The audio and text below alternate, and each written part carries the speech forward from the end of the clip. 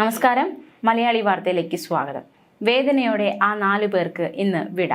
പത്തനംതിട്ടയിൽ കാർ അപകടത്തിൽ മരിച്ച 4 പേരുടെ സംസ്കാര ശുശ്രൂഷകൾ തുടരുകയാണ്. വേദന കടിച്ചമർത്തി ഉറ്റവർ അന്ത്യയാത്ര ചൊല്ലാൻ എത്തിയിരിക്കുകയാണ്. ഉച്ചയ്ക്ക് 1 മണിയോടെ പൂങ്കാവ് സെന്റ് മേരീസ് മലങ്കര സുറിയാനി കത്തോലിക്ക പള്ളിയിലാണ് 4 പേരുടെയും സംസ്കാര ചടങ്ങുകൾ നടക്കുന്നത്. ഇടത്തിട്ട മോർച്ചറിയിൽ സൂക്ഷിച്ചിരുന്ന മൃതദേഹങ്ങൾ വീടുകളിലേക്ക് എത്തിച്ചു. വീടുകളിൽ നിന്ന് 8 മണിയോടെ പൂങ്കാവ് പള്ളിയിലേക്ക് എത്തിച്ച ശേഷം പൊതുദർശനത്തിന് തുടക്കമായിരുന്നു. 1 മണിയോടെയാണ് സംസ്കാരം നടക്കുന്നത്.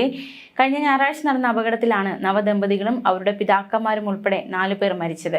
വിദേശത്തുള്ള ബന്ധുക്കൾ എത്തുന്നതിന് വേണ്ടിയിട്ടാണ് സംസ്കാരം ഇത്രയും വൈകിച്ചത്. 4 പേരുടെയും സംസ്കാരം പൂങ്കാവ് സെന്റ് മേരീസ് മലങ്കര കത്തോലിക്ക പള്ളിയിലാണ് നടക്കുന്നത്. മോർച്ചറിയിൽ നിന്ന് വീട്ടിലെത്തിച്ച മൃതദേഹം നിലവിൽ പള്ളിയിൽ പൊതുദർശനത്തിന് വച്ചിരിക്കുകയാണ്. എന്തായാലും സംസ്കാര ചടങ്ങുകൾ തുടങ്ങിക്കഴിഞ്ഞു. ശുശ്രൂഷകൾക്ക് സാമുവൽ മാർ ഐറേനിയസ് മുഖ്യ കാർമ്മികത്വം വഹിക്കുകയാണ്. കാനഡയിൽ എഞ്ചിനീയറായി ജോലി ചെയ്യുന്ന നിഖിൽ കഴിഞ്ഞ മാസം 25-നാണ് വിവാഹത്തിനായി നാട്ടിലെത്തിയത്.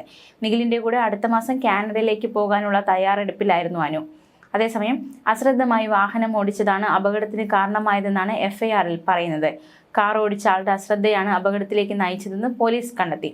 കാർ അമിത വേഗതയിലായിരുന്നു. മിനി ബസ്സിലേക്ക് ഇടിച്ചു കയറി. ബസ്സിന്റെ ഡ്രൈവറും ഇതിന് മൊഴി നൽകിയിട്ടുണ്ട്. മധുവിധു ആഘോഷിച്ച ശേഷം മലേഷ്യയിൽ നിന്ന് തിരികെ എത്തുന്ന നിഖിലിനെയും അനുവിനെയും വിമാനത്താവളത്തിൽ നിന്ന് കൂട്ടിക്കൊണ്ടുവരുന്ന വഴി മുറിഞ്ഞകല്ലിൽ വെച്ച് ഇവർ സഞ്ചരിച്ച കാർ ശബരിമല തീർത്ഥാടകർ സഞ്ചരിച്ച മിനി ബസ്സിലിടിച്ചാണ് അപകടമുണ്ടായത്. 8 വർഷത്തെ പ്രണയത്തിന് ശേഷം കഴിഞ്ഞ നവംബർ 30-നായിരുന്നു നിഖിലിന്റെയും അനുവിന്റെയും വിവാഹം. 15 ദിവസം മാത്രമാണ് ഇരുവരും ഒന്നിച്ച് ജീവിച്ചത്. എന്തായാലും വേദനയോടെ ഉറ്റവർ അവർക്ക് അന്ത്യയാത്ര നൽകുകയാണ്. സംസ്കാര ശുശ്രൂഷകൾ നടക്കുകയാണ്. ന്യൂസ് ഡെസ്ക്, മലയാളി വാർത്ത.